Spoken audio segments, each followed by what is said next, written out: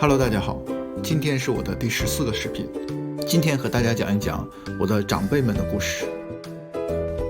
1983年，我出生在吉林省吉林市。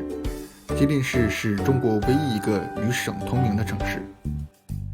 我出生的时候只有 1.75 公斤。1983年的中国物质还是比较匮乏的。我妈说，她怀孕的时候没有吃什么补品，而是一直吃一种水果叫冻梨，是东北特有的一种冬天的水果。可能是营养不良的原因吧，导致我出生时体重太小。童年时代的我一直是体弱多病，是医院的常客。我妈妈的爸爸，也就是我姥爷，是河北省唐山市滦县潘家岱庄人。1942年12月5日，就是大约在我做视频的这段时间，我的姥爷参与了发生在河北省唐山市滦县潘家岱庄的一个非常可怕的事情。1942年，驻防在河北省唐山市附近的是日本军第27师团第27步兵团所属的第1联队骑兵队。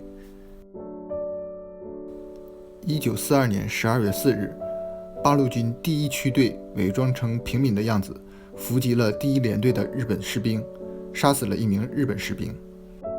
随后，八路军就向潘家岱庄方向撤退了。第二天，也就是1942年12月5日，日军包围了村子，要求交出昨天杀害日本士兵的中国军人，结果没有反馈。由于区分不出谁是军人谁是村民，在失去战友的痛苦之下，日军第27师团少将兵团长铃木启久下达了彻底肃正该村庄的命令，村民大约1280人，几乎全部被活埋，这其中就包括我姥爷的父母。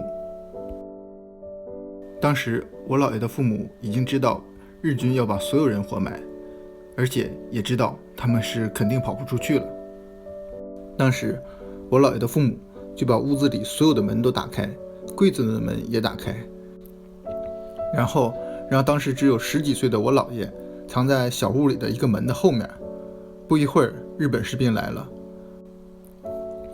我姥爷蜷缩着身体躲在门后面，感觉到士兵正在搜索着每个房间。可能是由于士兵看到所有的门都开着，所有的箱子也都开着，所以呢就没有仔细的搜查。也可能是士兵看到了我姥爷，但觉得我姥爷是个小孩，就放过我姥爷了。总之，我姥爷躲过了这一劫，但是不幸的是，他眼睁睁地看着他父母被带走。我姥爷一直躲在那个角落里，一动也不敢动。后来他告诉我，那天他听到了这世界上最恐怖的声音，那就是人被活埋时发出的哀嚎声。当时他被吓得尿了出来，这也导致我姥爷后来一直都有尿床的毛病。几天后，我姥爷被当地的一个老师救了出来。原来是这个老师意识到了情况不好，带着几个高年级的同学躲到了山里，这样他们躲过了一劫。随后他们下山来找找，看看还有没有活着的人，这样我姥爷才被救了出来。随后我姥爷算是闯关东，投奔到了他一个亲戚家，就来到了吉林省的苏兰县，娶到了当时只有10几岁的我的姥姥。为什么我姥姥10几岁就结婚了呢？这还得从我姥姥的爸爸说起。我姥姥的爸爸姓王，当时在吉林省舒兰市是个大户人家。姥姥的爸爸是当地的警察局局长。那个时候，吉林省舒兰县属于满洲国地区。我姥姥的妈妈在我姥姥10岁时就去世了。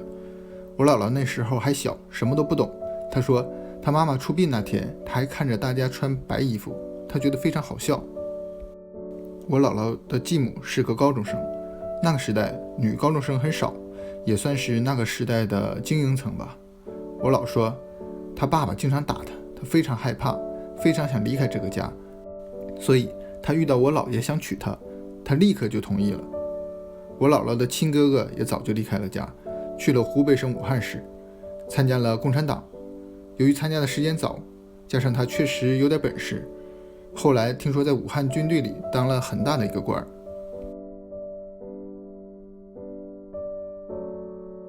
时间来到了1966年，那个时候中国正经历一场比较大的动荡。我姥姥的爸爸由于当过满洲国的干部，被那个时代的人定义成了坏人，天天打他，不给他饭吃，还拉着上街游行。为了不挨打，他终于找到了一个机会逃跑了，但是没有人敢收留他，他也不想连累自己的孩子，所以他就跑进了苞米地里。几年过去了，我姥姥的爸爸实在忍受不了了。有一天夜里，我姥姥的爸爸敲开了我姥姥家的门。我姥爷开门一看，发现是我姥姥的爸爸，已经折磨得不成人形了。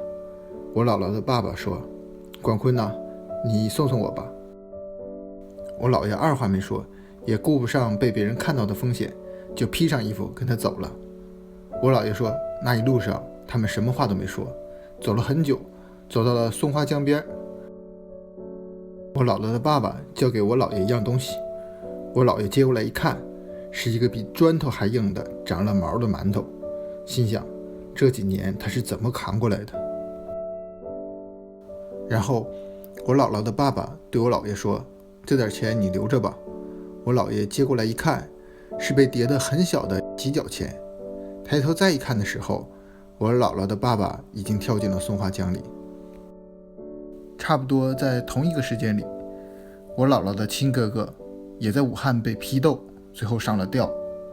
我姥姥的继母在这场斗争中活了下来，但是后来由于家里实在是没有吃的，最后没有办法跳井结束了自己的生命。我姥姥说，他们老王家的上一代以及他这一代的男性成员都没有自然死亡的。他说，这可能就是家族的诅咒吧。我姥爷小的时候受到了比较严重的惊吓，在50岁的时候就离开了我们。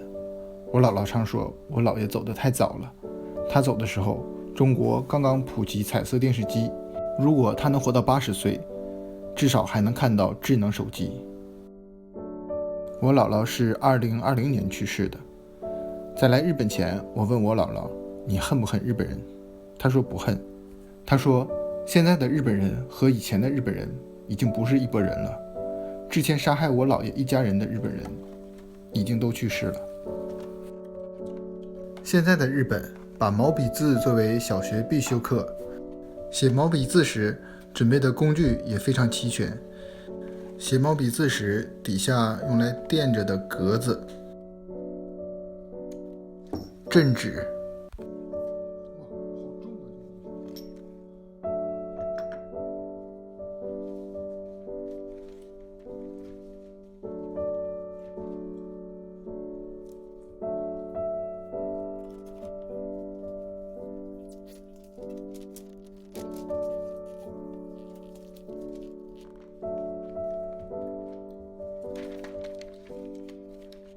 懂日文的朋友可能认识，这3个日语字的意思是历史，让小朋友们都记住这段历史，不要让历史重演。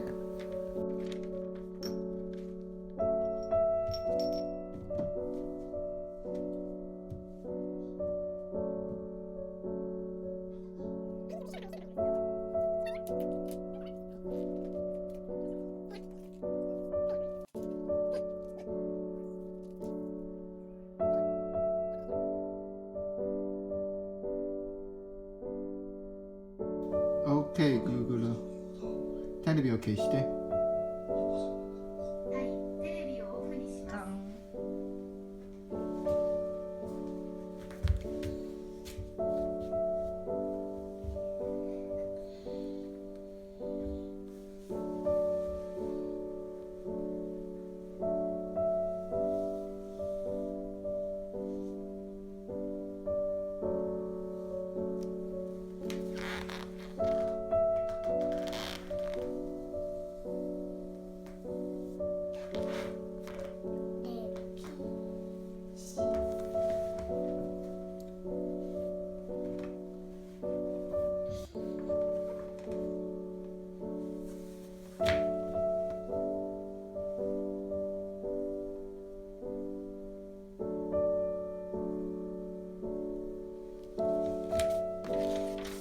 好了，今天的故事就到这里，咱们下次再见。